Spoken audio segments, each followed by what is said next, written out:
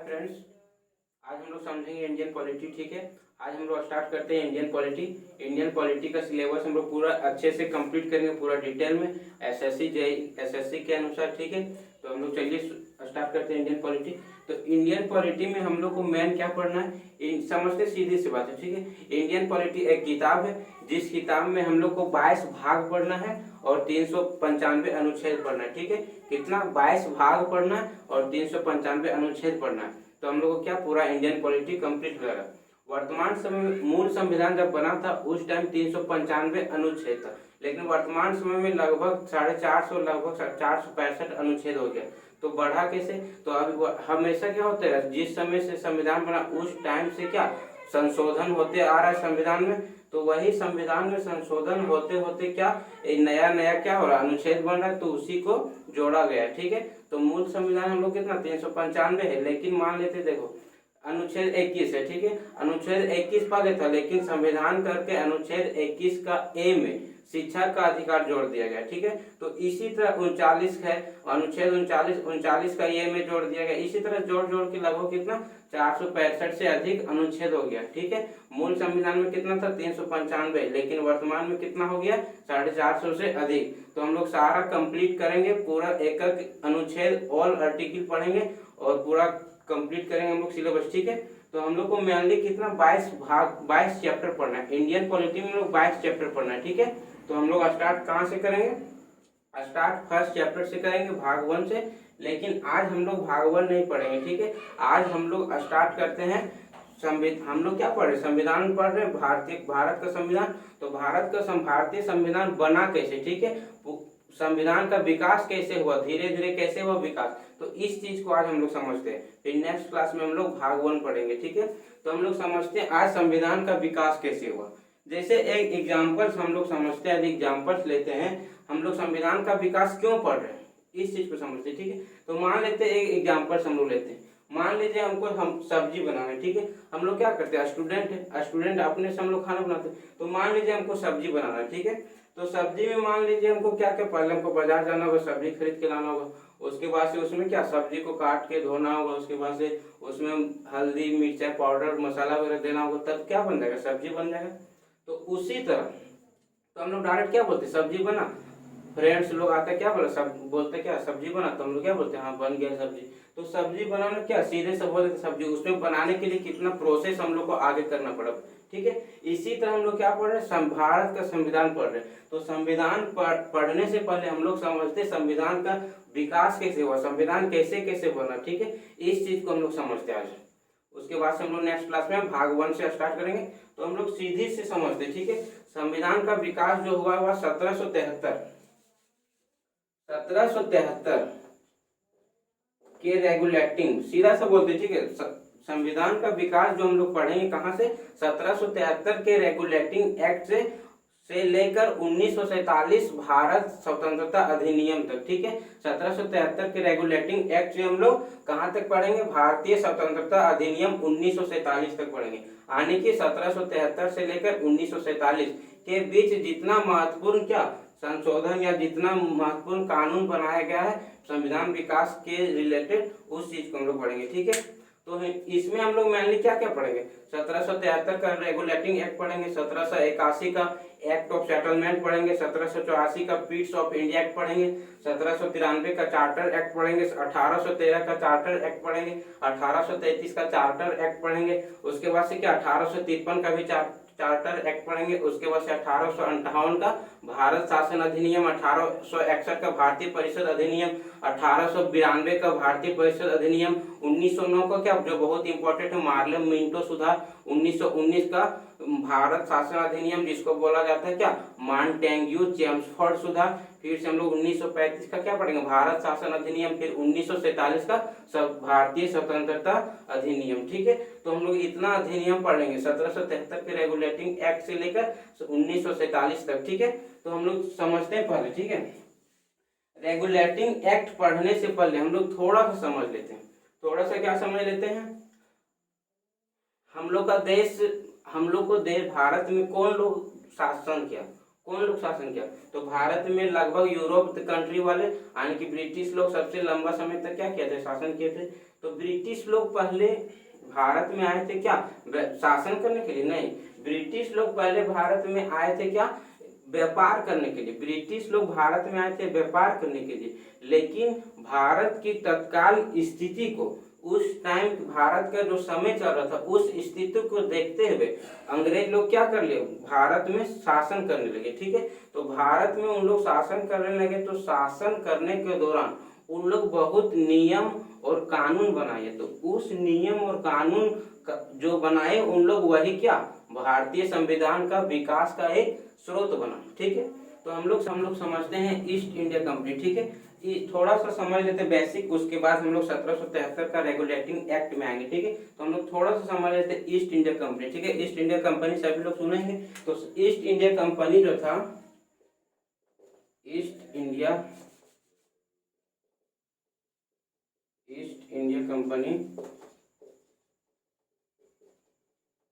East India company का स्थापना कब हुआ था? 1600 ईस्वी में। 1600 ईस्वी में। तो ईस्ट इंडिया कंपनी जिस टाइम स्थापना हुआ था ईस्ट इंडिया कंपनी का, उस टाइम ब्रिटिश की महारानी कौन थी? उस टाइम ब्रिटिश की महारानी कौन थी? एलिजाबेथ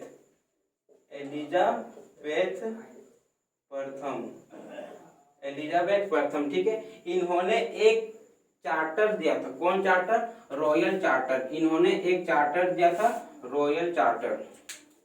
ठीक है, रॉयल चार्टर। ठीक है, हम लोग क्या समझ रहे? ईस्ट इंडिया कंपनी जो थी, जिस टाइम ईस्ट इंडिया कंपनी का स्थापना हुआ था, कब हुआ था? 1600 ईस्वी में। तो उस टाइम ब्रिटिश की महारानी कौन थी? एलिजाबेथ। हम लोग ब्रिटिश की महारानी क्यों पढ़ रहे?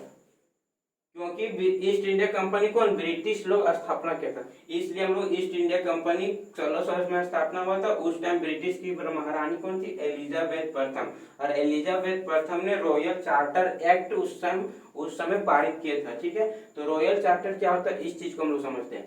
तो रॉयल चार्टर के समय या रॉयल चार्टर में बोला गया था कि ईस्ट इंडिया कंपनी जो स्थापना हुआ था, तो ईस्ट इंडिया कंपनी पूरा पूर्वी देश में व्यापार कर सकता है। रॉयल चार्टर में बोला गया था कि ईस्ट इंडिया कंपनी जो है वह पूरे यूरोप ने पूरे पूर्वी देश में क्या व्यापार कर सकता है। ठीक है, ये कब किसमें बोला गया था? रॉयल चार्टर में। ठीक है, और जिस टाइम ईस्ट इंडिया कंपनी स्थापित हुआ था उस टाइम भारत का शासक कौन था? उस टाइम भारत का शासक जो था,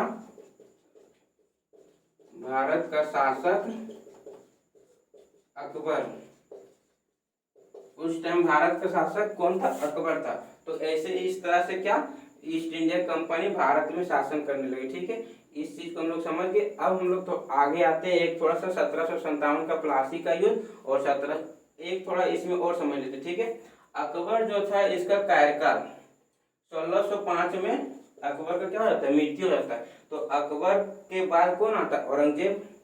अकबर के बाद कौन आता है? औरंगजेब। ठीक है, भारत का शासक जिस टाइम ईस्ट इंडिया कंपनी का स्थापना हुआ था उस टाइम भारत का शासक कौन था? अकबर। अकबर का कार्यकाल या अकबर का मृत्यु 1605 ईस्वी में हो जाता है। ठीक है, ईस्ट इंडिया कंपनी 16 में स्थापित हुआ था और अकबर का कार्यकाल या अकबर का मृत्यु कब? 1605 में हो गया था। ठीक है, तो उसके बाद अगला शासक वो कौन बनता है? औरंगजेब बनता है। ठीक है, तो औरंगजेब का कार्यकाल 1707। औरंगजेब का कार्यकाल 1707 तक चलता है और औरंगजेब जो थे उसका मृत्यु 1707 में हो जाता है। तो 1707 में जैसे ही औरंगजेब का मृत्यु हो जाता है, औरंगजेब क्या कहता है? औरंगजेब बहुत अच्छा शासक था। ये क्या कहता है? पूरा भारत को एक करके रखे थे एक साथ।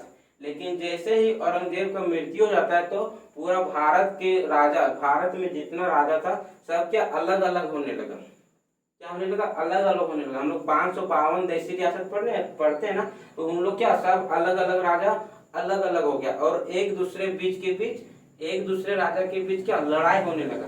तो इसी का फायदा ईस्ट इंडिया कंपनी पहले क्या व्यापार करने के लिए आता, तो इसी का फायदा उठा लिया कौन? ब्रिटिश लोग। जब भारत में औरंगजेब की मृत्यु हो जाता है तो भारत के जितना था निवासी सब लोग क्या, भारत के राजा सब अलग अलग होने लगा, टुकड़ा टुकड़ा में बंटने लगा। तो इसी इसी का फायदा कौन उठा लिया, ब्रिटिश लोग। ब्रिटिश लोग क्या किया, सभी राजाओं के बीच लड़ाई उत्पन्न कराने लगा और सभी राजा को क्या करने, एक दूसरे के बीच लड़वाने लगा।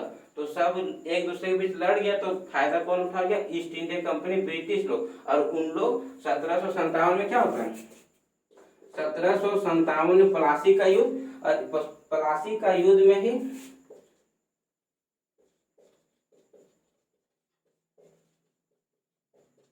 प्लासी का युद्ध से ही ब्रिटिश लोग को क्या मिल जाता है, उन लोग को ज्यादा पावर मिल जाता है, क्योंकि भारत के लोग टूट जाते अलग अलग, जिसके कारण इन लोग फायदा उठा लेते हैं। और 1757 में ब्रिटिश लोग को एक महत्वपूर्ण क्या मिलता है, शासन करने का जरिया मिल जाता है 1757 के प्लासी युद्ध से। उसके बाद से क्या होता है, 1764 में बक्सर का युद्ध। 1764 में क्या होता है, बक्सर का युद्ध। 1764 के बक्सर युद्ध से पूरा का पूरा टोटली ब्रिटिश लोग क्या, भारत में शासन करने लगता पूरा। उसके बाद से 1764 के बाद 12 अगस्त 1765, 12 अगस्त 1765 में क्या होता है, इलाहाबाद की संधि होती है। इलाहाबाद की संधि 1765 में क्या होती है, इलाहाबाद की संधि। 12 अगस्त आज रखिएगा, क्वेश्चन पूछा है इलाहाबाद की संधि कब हुआ था, 12 अगस्त 1765 को क्या होता है, इलाहाबाद की संधि। तो इलाहाबाद की संधि में 3 बातें किया गया था, ठीक है, एक बिहार, दूसरा इलाहाबाद की संधि में 3 बातें की गई थी, क्या क्या, एक बिहार, एक उड़ीसा और एक बंगाल, तीनों को क्या कानूनी अधिकार दे देगा, कानूनी में शामिल कर देगा तीनों राज्य को, किसको, इसको बिहार, बंगाल और उड़ीसा को, ठीक है। अब हम लोग नेक्स्ट समझते हैं, तो इलाहाबाद की संधि कब होती है, 12 अगस्त 1765, ठीक है। अब आते हैं हम लोग 1773।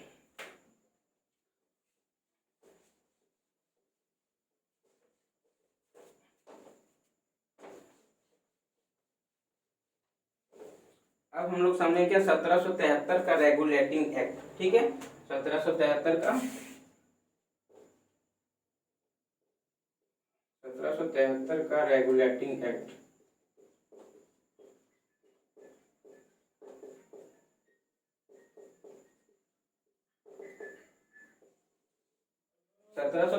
का रेगुलेटिंग एक्ट है क्या, हम लोग इस चीज को समझते हैं, ठीक है। तो हम लोग समझते हैं रेगुलेटिंग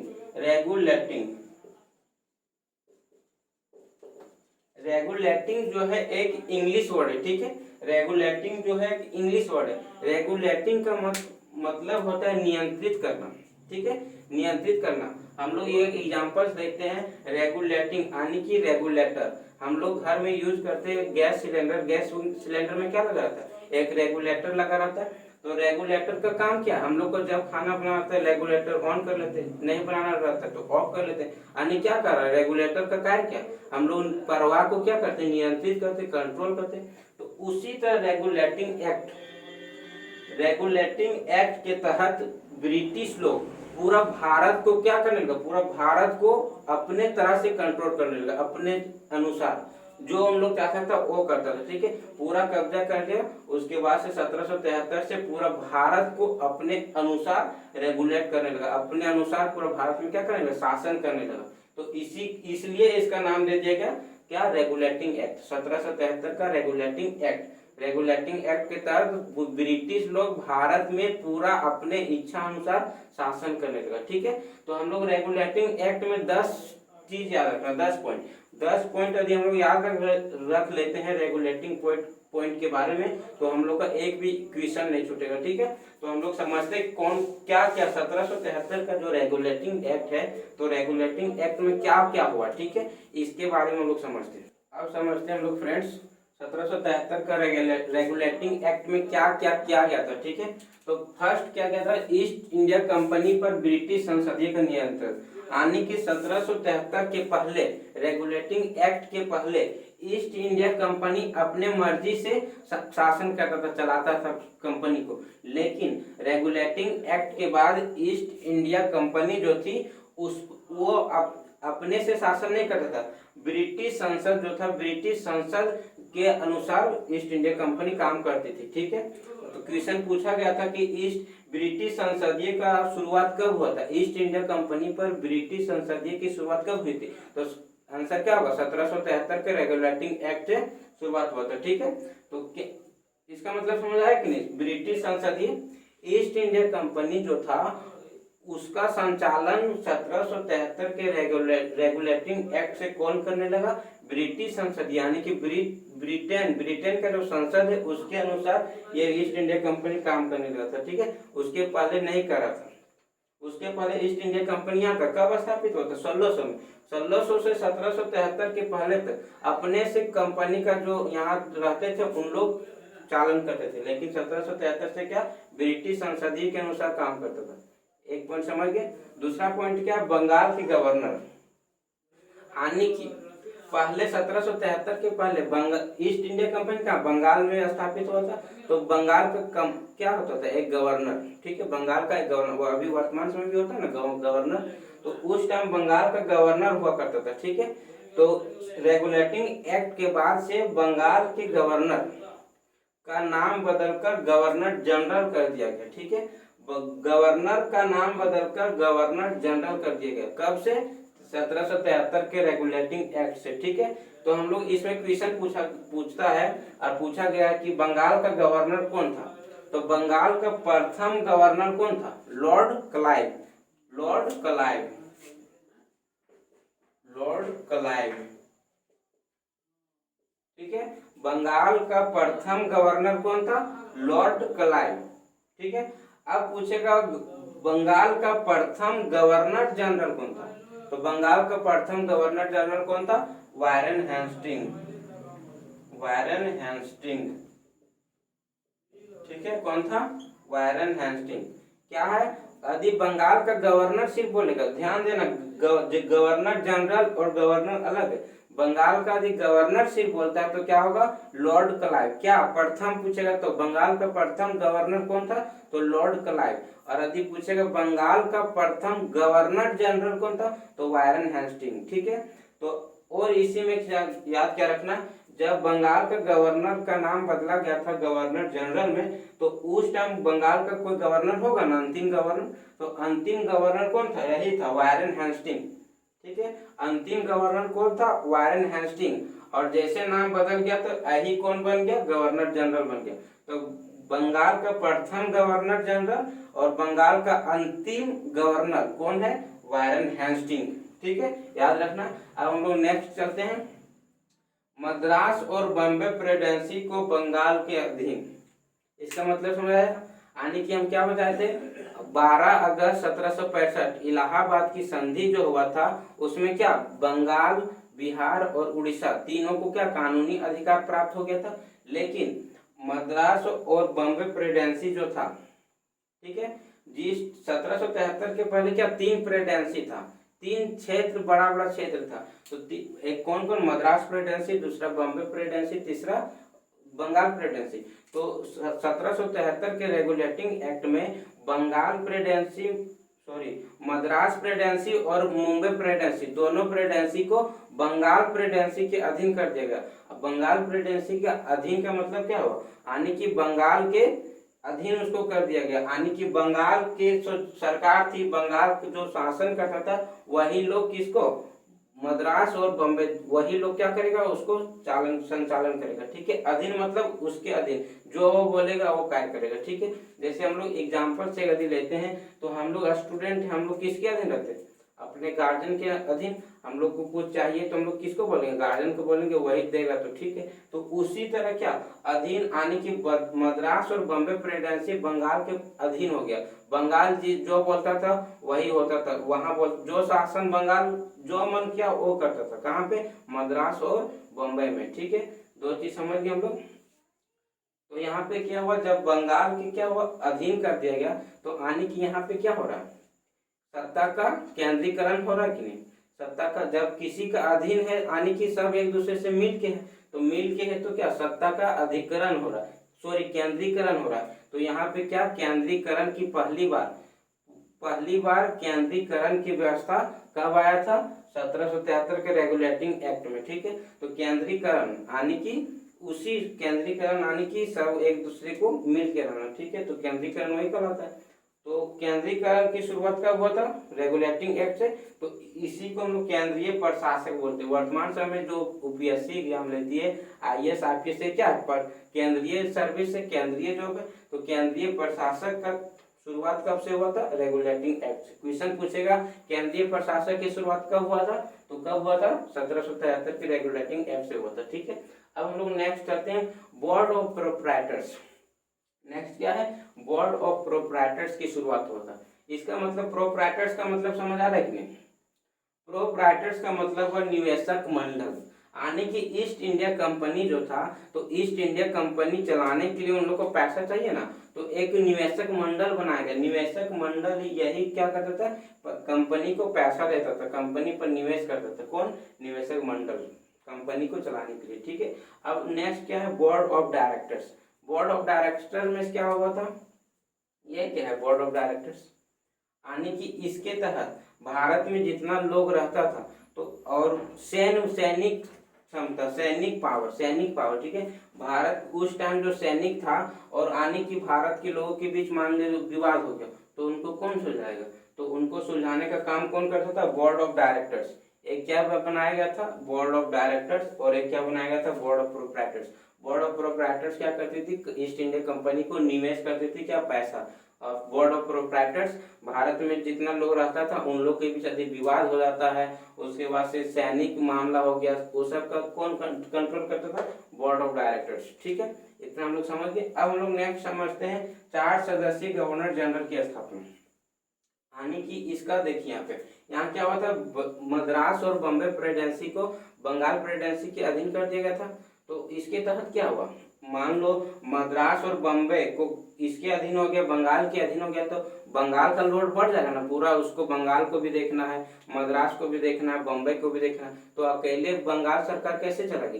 तो इसी कारण वहां पे क्या किया था? 4 सदस्यीय गवर्नर जनरल की स्थापना किया गया था। यानी कि इसी में गवर्नर का नाम क्या बदला गया था? Governor general. तो 4 गो गवर्नर जनरल, 4 लोगों की समूह बना दिया गया। वही क्या करता था? देखता था सभी को, पूरा मद्रास को भी, बंगाल को भी और बॉम्बे को भी, तीनों प्रेसिडेंसी को कौन देखता था? 4 सदस्यीय गवर्नर जनरल, यही लोग देखता था। ठीक है, तो इसका स्थापना हुआ था कब? तो क्वेश्चन पूछा है 4 सदस्यीय गवर्नर जनरल की स्थापना कब हुआ था? यानी कब हुआ था इसका? तो क्या हुआ था? 1773 के रेगुलेटिंग एक्ट में हुआ था। ठीक है, इतना हम लोग समझ गए। अब हम लोग और क्या 1-2 टॉपिक है उस चीज को देखते हैं। ठीक है, अब हम लोग समझते हैं फ्रेंड्स नेक्स्ट पॉइंट 8। ठीक है, 7 हो गया था, 8 समझते हैं कोलकाता। ठीक है, कोलकाता में 1773 के रेगुलेटिंग एक्ट में ही के बाद कोलकाता में क्या 1774 ईस्वी में एक सुप्रीम कोर्ट की, पहली बार भारत में सुप्रीम कोर्ट की स्थापना किया गया था। कब? 1774 में। कहाँ पे? कोलकाता में। कोलकाता का पहले का नाम क्या था? दूसरा नाम फोर्ट विलियम। ठीक है, फोर्ट विलियम पहले का नाम था, उसके बाद क्या नाम हुआ? कोलकाता। तो कोलकाता में पहली बार 1773 के रेगुलेटिंग एक्ट के तहत 1774 ईस्वी में क्या हुआ था? सुप्रीम कोर्ट की स्थापना हुआ था। ठीक है, पूरा भारत में पहली बार सुप्रीम कोर्ट की स्थापना कहाँ हुआ था? यहाँ कहाँ? कोलकाता में। कब? 1774 ईस्वी में। ठीक है, अब हम लोग नेक्स्ट बात करते हैं east India company. East India company में जितना कर्मचारी थे, उन लोगों को भारत निजी व्यापार एवं भारत के लोगों से उपहार लेने में प्रतिबंधित कर दिया गया था। ठीक है, तो इतना ये क्या था? 1773 का रेगुलेटिंग एक्ट पूरा था। इतना यदि हम लोग कर लेते हैं तो हम लोग को पूरा, इससे बाहर रेगुलेटिंग एक्ट से क्वेश्चन नहीं पूछेगा। ठीक है, तो रेगुलेटिंग एक्ट समाप्त हो गया। अब हम लोग नेक्स्ट, अब 1773 के बाद क्या था? 1781 का एक्ट ऑफ सेटलमेंट। हम लोग नेक्स्ट क्या पढ़ेंगे? Act of settlement. Act of settlement क्यों लाया गया था? 1773 का रेगुलेटिंग एक्ट में कुछ कमियां थी। ठीक है, तो 1773 के रेगुलेटिंग एक्ट की कमियां को दूर करने के लिए 1781 का एक्ट ऑफ सेटलमेंट लाया गया। ठीक है, उसके बाद 1784 में फिक्स इंडिया एक्ट हो गया, 1793 में चार्टर एक्ट हो गया, 1813 का चार्टर एक्ट, 1833 का चार्टर एक्ट, 1853 का चार्टर एक्ट, 1858 का भारत शासन अधिनियम, 1861 का क्या? भारत परिषद अधिनियम, 1862 92 का हो गया भारत परिषद अधिनियम 1909 में आ जाता है क्या, पार्लियामेंट सुधार 1919 में, मॉन्टेग्यू चेम्सफोर्ड सुधार इसी को बोला जाता है भारत शासन अधिनियम, 1935 का भारत शासन अधिनियम, 1947 का क्या, भारतीय स्वतंत्रता अधिनियम। तो इतना हम लोग पूरा पढ़ेंगे। नेक्स्ट क्लास में हम लोग करेंगे भारत एक्ट ऑफ सेटलमेंट 1781, उसके बाद से पीस ऑफ इंडिया एक्ट, फिर से चार्टर एक्ट पढ़ेंगे 1793 का। ठीक है, तो अब हम लोग इतना ही रखते हैं, नेक्स्ट क्लास में फिर से करेंगे।